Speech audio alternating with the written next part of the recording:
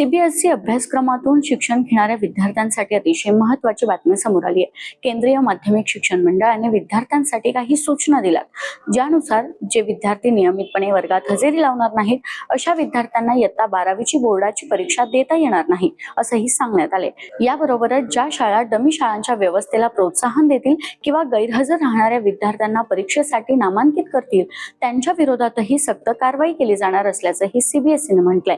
CBSE आपल्या परीक्षेबाबतच्या नियमावलीत बदल करण्याच्या विचारात आहे। नव्या नियमांनुसार डमी शाळांच्या विद्यार्थ्यांना बोर्डाच्या परीक्षेला बसण्याची परवानगी नसेल अशा विद्यार्थ्यांना राष्ट्रीय मुक्त विद्यालयीन शिक्षण संस्थेची म्हणजेच NIOS परीक्षा द्यावी लागेल। जर एखादा विद्यार्थी तपासणीमध्ये अनुपस्थित असल्याचं दिसून आलं किंवा तो नियमित वर्गामध्ये जात नसेल तर त्याला त्या बोर्डाची परीक्षा देण्यापासून रोखण्यात येईल, असंही सीबीएसईच्या एका अधिकाऱ्याने सांगितलंय।